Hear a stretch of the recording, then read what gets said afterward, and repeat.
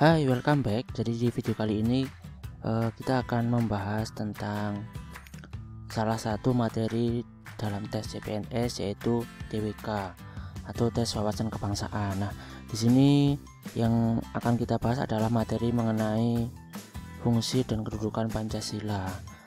Karena ini adalah materi yang sering sekali keluar ketika ujian tes CPNS. Di sini ada kurang lebih 10 nanti fungsi dan kedudukan Pancasila sebagai dasar negara, sebagai filsafat, sebagai apalagi ya, banyak sekali ya. Jadi nanti ada 10 yang akan kita bahas. Oke. Yang kita bahas pertama adalah pengantarnya dulu ya. Pancasila merupakan ideologi dasar bagi negara Indonesia. Nama itu terdiri dari dua kata, yaitu kata panca yang berarti 5 dan sila yang berarti prinsip atau asas. Saya kira ini sudah sangat familiar buat teman-teman ya. Panca itu artinya 5 dan sila artinya asas. Jadi ada 5 asas. Pancasila merupakan rumusan dan pedoman kehidupan berbangsa dan bernegara bagi seluruh rakyat Indonesia. Oke. Kedudukan dan fungsi Pancasila sangat penting karena segala tingkah laku dan tindakan seorang warga negara Indonesia diatur oleh Pancasila sebagai pemersatu bangsa. Setiap kedudukan dan fungsi Pancasila pada hakikatnya memiliki makna serta dimensi yang masing-masing mempunyai konsekuensi. Aktualisasi pun juga memiliki aspek yang berbeda-beda, walaupun hakikat dan sumbernya sama. Oke, nanti di setiap fungsi dan kedudukannya itu selalu ada kata kuncinya ya teman-teman ya. Jadi dia punya semacam kata kunci sehingga kita akan tahu, oh ini dia sebagai dasar negara, oh kalau gini-gini itu sebagai filsafat, begitu ya. Nah, biasanya juga soal-soal di CPNS itu biasanya dia juga langsung mengambil kalimat yang ada di dalam definisi dari Pancasila itu sendiri.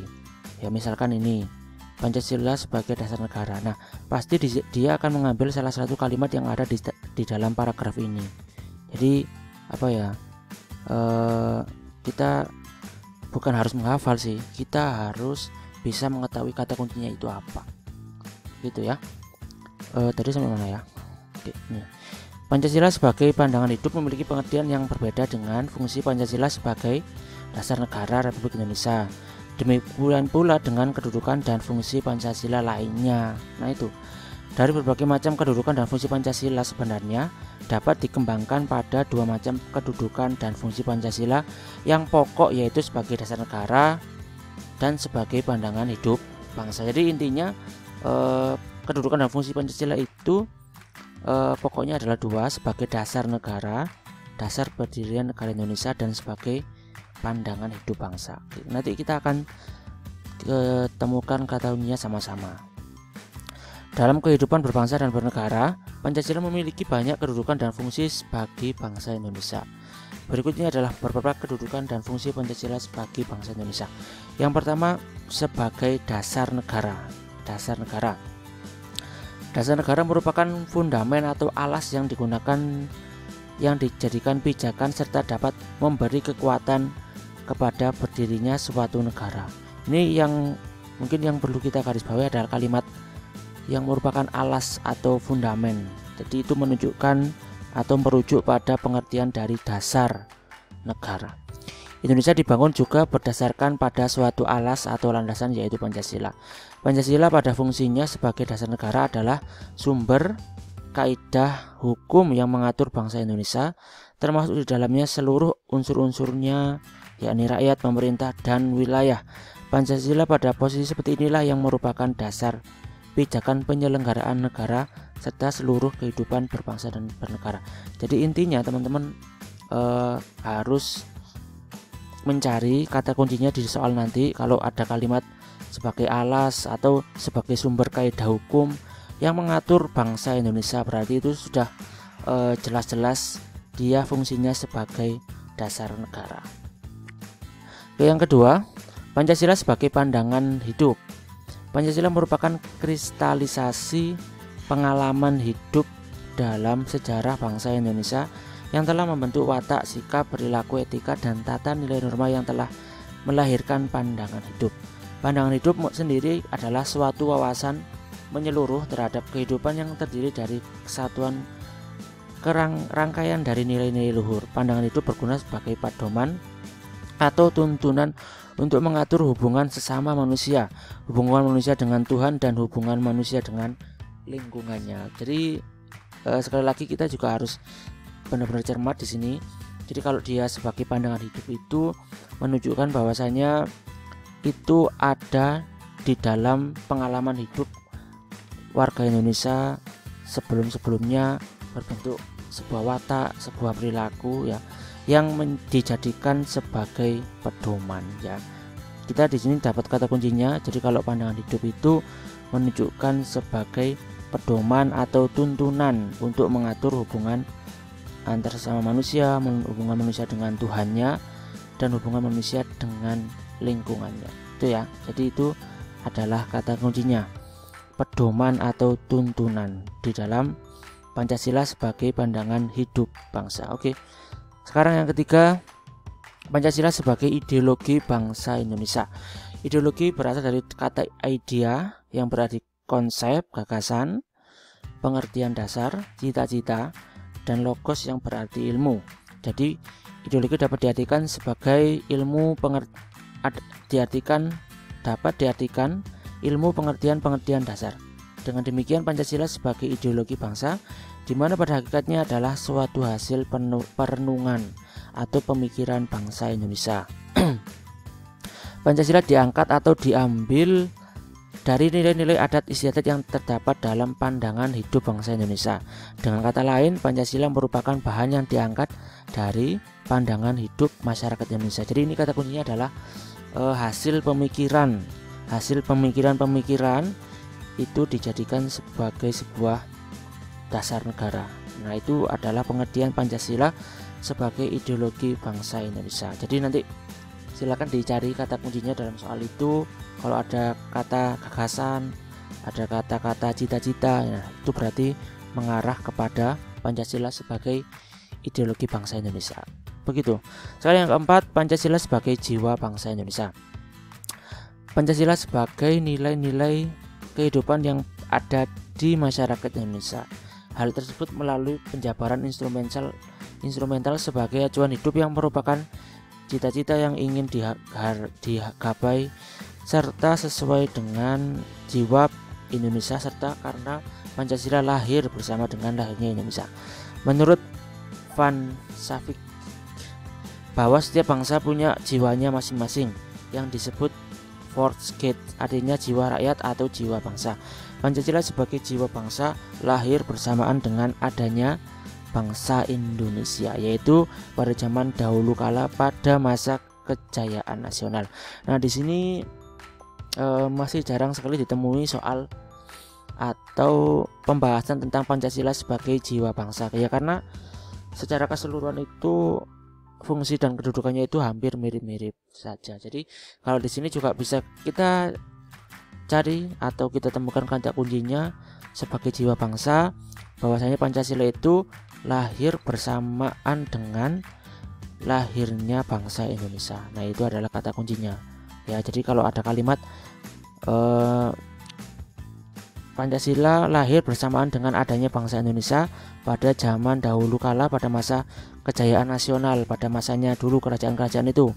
Nah, berarti itu menunjukkan bahwasanya dia sebagai jiwa bangsa Indonesia karena adanya melekat bersamaan dengan lahirnya sebuah bangsa. Oke, yang kelima sekarang, Pancasila merupakan sumber dari segala sumber tertib hukum.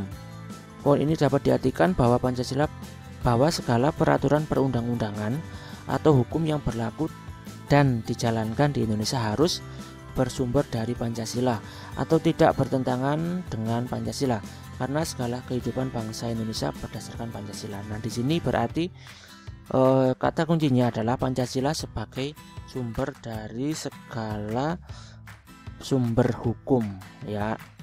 Yang pada intinya di situ segala peraturan perundang-undangan, entah itu peraturan daerah, peraturan pemerintah atau perpres dan yang lainnya, nggak boleh bertentangan dengan Pancasila, begitu ya. Sekarang yang keenam, Pancasila sebagai kepribadian bangsa Indonesia.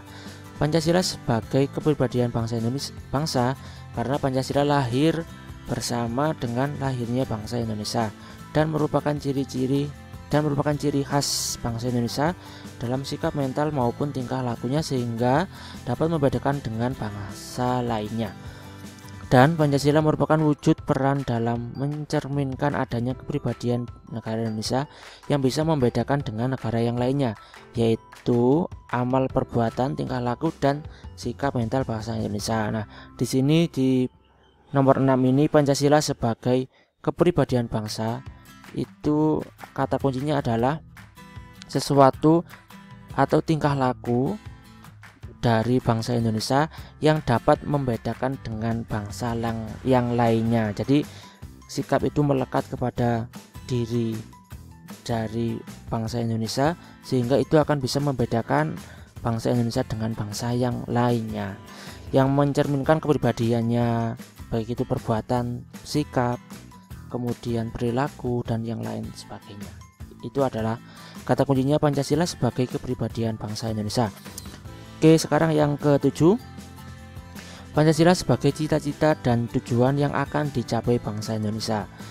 Dalam Pancasila mengandung cita-cita dan tujuan negara Indonesia yang menjadikan Pancasila sebagai patokan atau landasan pemersatu bangsa, di mana tujuan akhirnya yaitu untuk mencapai masyarakat adil makmur yang merata baik material maupun spiritual yang berdasarkan Pancasila. Nah, di nomor 7 ini teman-teman harus hati-hati karena ini hampir mirip dengan Pancasila sebagai ideologi bangsa. Jadi harus benar-benar cermat dipahami dulu kalimatnya ya, antara cita-cita dengan ideologi. Jadi kalau cita-cita itu hanya tujuan akhirnya mau seperti apa ya, kalau ideologi itu lebih kepada gagasannya, lebih kepada pemikirannya, seperti itu ya.